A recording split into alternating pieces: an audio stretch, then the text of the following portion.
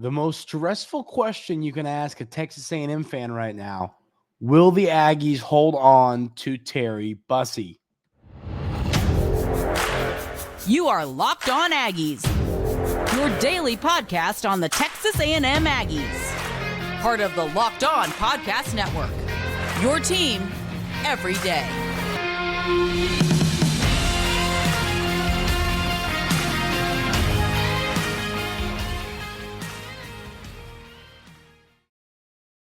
Welcome on into Locked On Aggies. I'm your host, Andrew Stefaniak. Thanks for making Locked On Aggies your first listen every single day. Today's episode is brought to y'all by FanDuel. Make every moment more. New customers join today and you'll get $200 in bonus bets if your first bet of $5 or more wins. Visit FanDuel.com/LockedOn to get started. It's almost Friday, ladies and gentlemen. Very exciting, but we have a pressing, stressful issue to discuss. So, Terry Bussey, the five-star athlete, corner, can play wherever you want him to play on the field, committed to Texas A&M for a long time now, but we're getting close to signing day. And I anticipate, I haven't heard his decision coming prior to signing day. I assume his final decision will be made on signing day, which is coming up here, relatively soon. So what's going on? Let's talk about it, because this is once again, this is a stressful topic for Texas A&M fans. And right now, I have a little bit of confidence, and I want to explain. So what went on? What even brought me to this topic? So yesterday, former Texas A&M defensive back Jordan Gilbert posted a graphic, and it's like a text chain. So it says, Weston Davis, you coming too, ? Gabe Relaford, back like I never left. Cohen Eccles, welcome to your new home. Dominic McKinley, been coming home. Jordan Gilbert, home is where the heart is. And then it's Terry Bussey, and it says, wait for me. So these are, of course, one former A&M player and a whole bunch of former A&M commits doing this whole, me too. And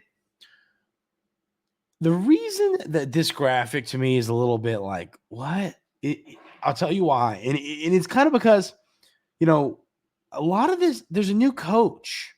Like, if these people didn't like Coach Fisher and they were like, yeah, we don't like Coach Fisher, we want to, we want to go to LSU, I would understand that. But, there's a new coach. Like, I don't know who the dig's at. And maybe it's not at Texas A&M. It's not as much about Texas A&M as it is about LSU wanting Terry Bussey, and that could be the truth too. But interesting graphic. Texas A&M fans were having a field day with that one. I saw one, and it was like a highlight of a play against Miami. It was, where Jordan Gilbert didn't make the best play, and it was a little bit funny. But so when it comes to Terry Bussey, right now, my confidence Texas A&M holds on to him is 6 out of 10. And, the thought behind this, it's pretty simple. There are two factors. You haven't, at the time of this recording, seen any crystal balls in the favor of LSU or Georgia. Georgia's in the mix too, or Georgia. And then if you look at On3's recruit prediction machine, they still give Texas A&M a 94% chance to end up getting Bussey. So, I just feel like if Bussey was going to make the move to a different school, the chances there would be higher. I do also feel like it's good that Terry Bussey's still committed to A&M. We see that happen a lot. Like the Ryan Williams kid, right? So he when Coach Saban retired, he decommits. He ended up committing after taking a visit to Texas A&M. He ended up committing back to Alabama, but he did it, before signing day. And I think that was always his plan. It was like his birthday. But once again, I haven't heard anything about Bussey. as of right now, I am assuming he plans to announce his final decision on when he signs. So, but another interesting conversation that could be had about in this recruiting battle, not only NIL money and all that. I mean, obviously this is all part of it too, but how do these different schools plan to use him? Everywhere I've read, all the film I've watched leads me to believe that Terry Bussey is best suited long-term as a defensive player. Just that's how Coach Fisher's staff planned to use him. That's kind of where that was at. And looking at this, I get it. I do get it. But like maybe LSU said, hey, we'll give you a shot to play offense and defense. Or maybe Georgia said that. So he's deciding, okay, well, this school wants me to play this position. This school wants me to play this position. Does that become a factor in the decision? I don't know that. I just know that sometimes we see dual position guys do that because they're like, I want to go somewhere where I can get a shot at both positions because you never know which one's going to be the right one for me at the next level. Because once again, when it comes to Terry Bussey, I mean, it's I sound like the boy who cried wolf when I'm talking about how good film is, because y'all know I really like film, and I'm quick to say the great film, great film, great film. Terry Bussey, I think, has some of the best film I've ever watched for a player in my entire life. I mean, genuinely, like, every time Texas A&M gets a commit, has a kid on a visit, offer, I'm watching 20 minutes of tape. And Terry Bussey's tape is some of the best I've seriously ever in my entire life seen. It is just incredibly good tape. So, this guy you got to hold on to. I mean, this is a guy who can compete, in the secondary the minute he walks on campus as a freshman. And if you told me that Texas A&M does hold on to Terry Bussey and he starts next season, I'm not going to give you the whole, well, he's a freshman, I'm concerned. I'm not. I think he can dominate right now. That's just how, watching the All-American game, watching him, even play receiver. Watching him play receiver, he was dominant. So, knowing this dude can play literally any position on the field except for probably offensive line and defensive line. That's easy. So this is a must hold on to guy for me. Listen, obviously a 5-star recruit. I know nobody's going to fight me saying Texas A&M needs to hold on there, but I just think this is more significant than a 5-star recruit. I think this is a future first-round pick. I think this is a future. This guy is someone that you want to play for, not you want them to play for you. You don't want to have to play against them. I don't want this guy to go to Georgia and go to LSU and the Aggies are playing him, next year if he goes to LSU, or in the future if he goes to Georgia. No, thank you. I want this guy going to Texas A&M and playing for the Aggies. So like I said, my confidence level that Texas A&M holds on to Bussey, I'd say it's a 6 out of 10 based strictly off the fact that we haven't seen a crystal ball and the fact that we haven't seen the on-3 prediction machine change. Normally, if it's becoming more of a toss-up, you'll see that go down to like 60% A&M, 20% this school and this school, kind of like that. But it stayed with A&M. And, so I got to trust those metrics. But this is going to be a battle, and Coach Elko knows that. Coach Elko is not going to let up on this. He knows what he needs to do to hold on to Terry Bussey. And once again, the last thought here is, and I've said it, but is the fact that he's still committed. I just, you see a lot nowadays. The kids decommit and then they pick what they want to do. I think that says a lot. So I still am in the camp that Texas A&M holds on to Terry Bussey, but this is going to be a fight. Tooth and nail, punches thrown left and right between the Bulldogs and the Tigers and the Aggies. This is going to be a real dogfight to land one of the best players in the 2024 class. But this is going to be important, ladies and gentlemen. So let me know y'all's thoughts in the comments. Do the Aggies hold on to Terry Bussey? I'm curious to hear y'all's thoughts on that conversation. We're going to get a little bold here. We like to get bold sometimes, but I've got some different bold predictions for the season that I want to run through, and we will do that coming up right here on Locked On Aggies.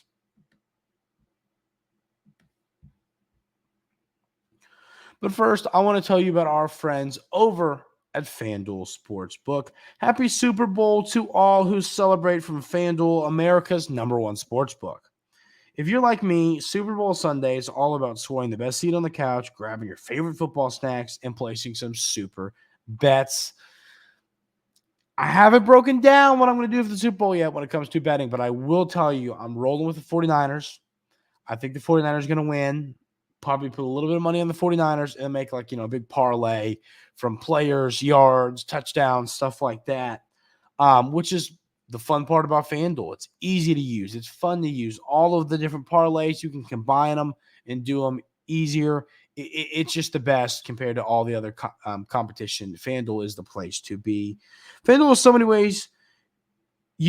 Has so many ways for you to end the season with a dub or 2 or 3. Not only can you bet on who will win the Super Bowl, but you can also bet on which players score a touchdown, how many points will be scored, and a ton more. New customers join today, and you'll get $200 in bonus bets if your first bet of $5 or more wins. Just visit FanDuel.com/lockedon to sign up. That's FanDuel.com/lockedon. Make every moment more with FanDuel, an official sportsbook partner of the NFL and the Locked On Podcast Network. So let's get a little bold today, which I always, there's never an excuse to not get bold. The first thing I've got here is I think that this one's not as bold as some of those, but I just think Coach Colin Klein, I would say that folks' confidence, if being the best coordinator you can be is a 10 and being the worst you can be is a 0, I think a lot of people have confidence he can be like a 6, this year. I have confidence that he can be an elite play caller this season for Texas A&M.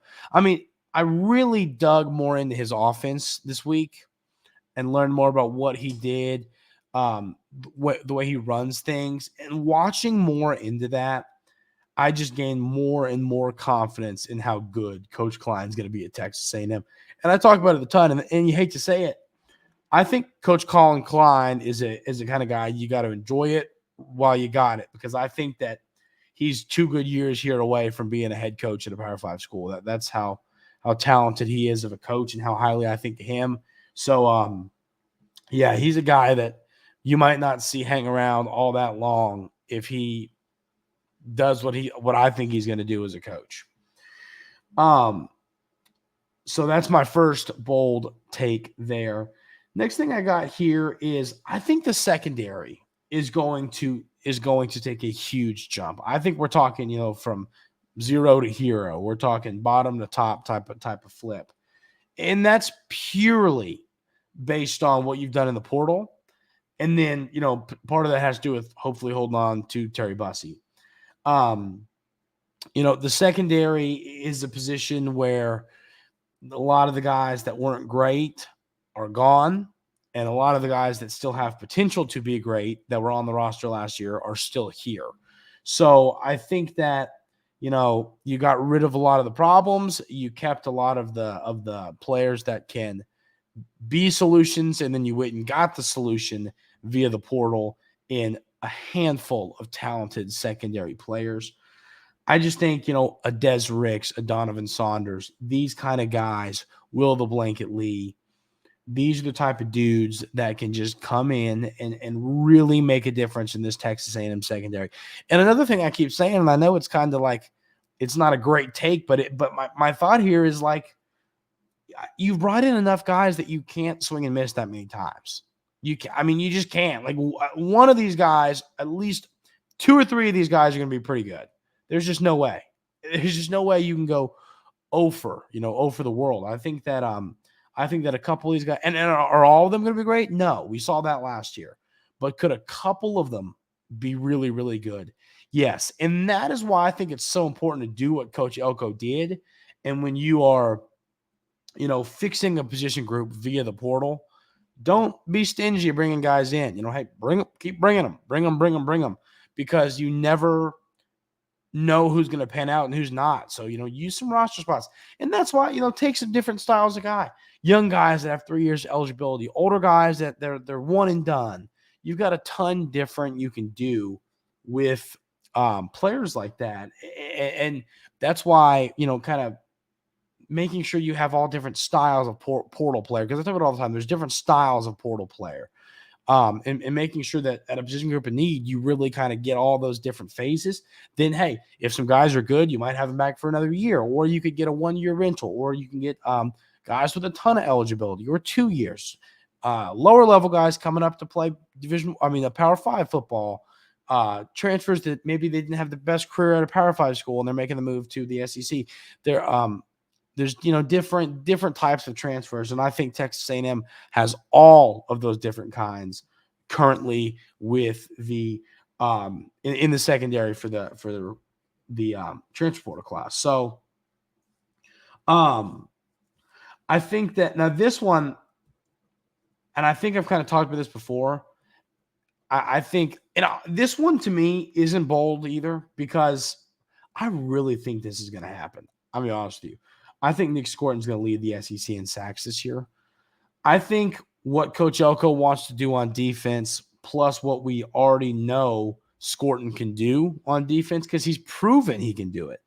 I just think that you're going to see him have a really good season. And it's going to be hard to improve on what he did last year at Purdue. But if he just puts up similar numbers than what he did last year at Purdue, I think he's got a real shot at it. If he could add a sack or two, which would be tough to do. But in the SEC, sacks don't come easy. So it's not going to be easy for Scourton, but I really do think he could lead the SEC in sacks, and that one wouldn't surprise me at all. So I've got one that kind of it's a 2-level bold take. The first level of it is Texas A&M will win 9 games. 8 is the number I feel safe right now. 9 is the bold number for me. And looking at this, I think 9 wins. You got to remember, this is more about the schedule than it is Texas A&M. I think the schedule is just so easy that if you win the games you're supposed to and steal one at home, maybe you're not, 9 wins is possible. So I think a world where Texas A&M gets 9 wins is not hard to talk yourself into. I really don't think it is. And if Texas A&M, remember, you don't play Ole Miss, you don't play Georgia, you don't play Bama, even though, we don't know what's going on with Bama. I mean, you've avoided the top dogs a little bit, which is part of what makes this schedule so manageable. Now, you got LSU and Missouri, but you got them both at home. I'd rather honestly play LSU and Missouri than I would Ole Miss or Georgia, of course. I don't think there's, I don't think I'm going to get a ton of pushback on that take. And then the kind of flip side of that is if Texas A&M does win 9 games, I think Coach Elko is going to be the SEC Coach of the Year. It's hard to deny. I mean, listen, if Kirby Smart, the standard for him is so different now that it's like 12 wins, they're not even going to give it to him anymore because that's what he does.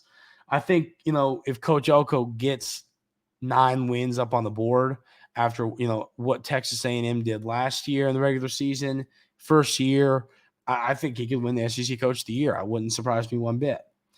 And then the last bold prediction I have, and this one's going to shock some people because y'all know my thoughts on this stance, but while I think Wigman will win the job, still, of course, I will ride with that till the very end. I do think this is going to get drawn out, and it could be a lot more interesting than we anticipate. In the offseason last year, I remember at media days, I was kind of expecting I remember the day that Jimbo went to do his speech, Brian Kelly went. And Brian Kelly, was, hey, Brian, is your quarterback going to be Jane Daniels? And he said, yes. I was trying to quarterback as Jane Daniels. I thought you might see Coach Fisher kind of announce, yeah, Connor Wigman's our guy. But he drew it out and let Max Johnson compete for, which was good for both quarterbacks, I think. But so what I'm saying is, I think you're going to see this quarterback battle get drawn out deep into the offseason, and it could be one where we don't know until 2 weeks before the season starts who is going to quarterback the Aggies next season. So that's another bold thing to pay attention to. And like I said, I think Wigman's going to win, but I think you're going to see this get drawn out really deep into the off season. We're going to talk a little bit about Texas A&M's matchup with the Florida Gators. This is a huge basketball game. Florida is coming off a game where they just took down the Kentucky Wildcats in Rupp Arena. So, this is a game to pay attention to, and the Aggies are going to have to win if they really want to make a run at some stuff here. So we're going to break down that game coming up right here on Locked On Aggies.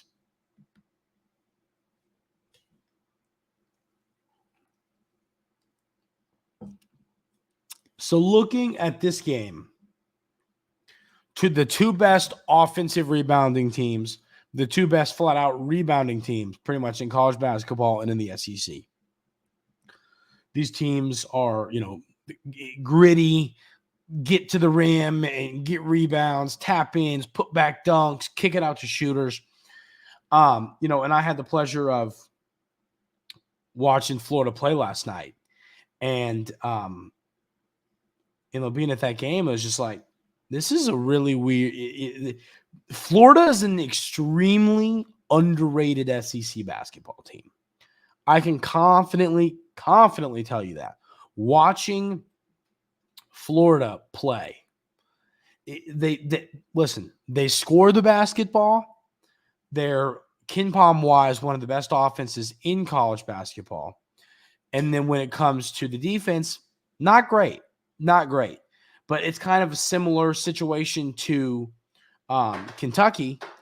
If they score, they can beat anybody. But if you score with them, they can lose to anybody. Kind of like exactly what we saw with Texas A&M's matchup with Kentucky a few weeks ago. But this A&M and Florida game is going to be a really intriguing basketball game for both teams. Listen, Florida's won 4 games in a row coming into this one.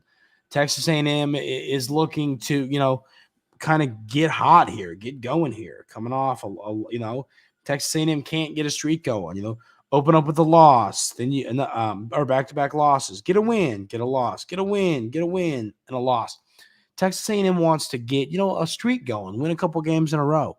Now, I will tell you, the Aggies' schedule got more difficult with how well South Carolina and Florida have been playing. Now, both of these games will be in Reed Arena, which is good to hear. But Florida and South Carolina are both better basketball teams than folks are giving them credit for right now.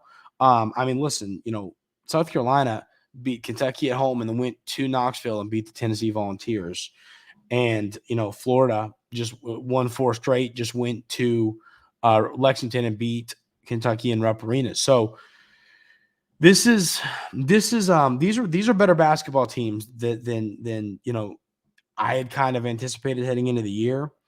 I mean, you get to go to Missouri, go to Vandy, and host Arkansas. Those are 3 very, very not good basketball teams. You need to win all 3 of those games. So, I think if you could find a way to take a worst case scenario 1 of 3 in these games, Florida, Tennessee at home, and South Carolina at home.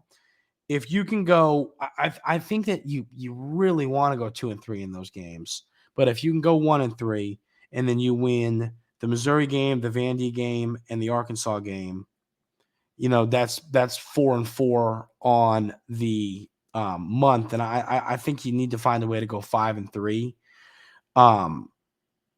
I think, potentially, and then remember, your 3 games in March aren't much easier. You got to go to Georgia, a team that can play a little bit. You got to go to Ole Miss, and then you got to host Mississippi State.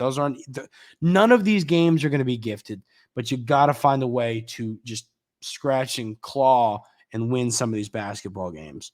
When it comes to Florida, though, like team-wise, they have a player in Walter Clayton Jr. who shoots the basketball extremely well, transfer player. He can really light it up. Transferred in from Iona, shot 43% from the three last year at Iona, shooting 36.7 so far this season from three. And in the game last night against the Wildcats, he had how many threes did he have? 7 threes? Let me check on that.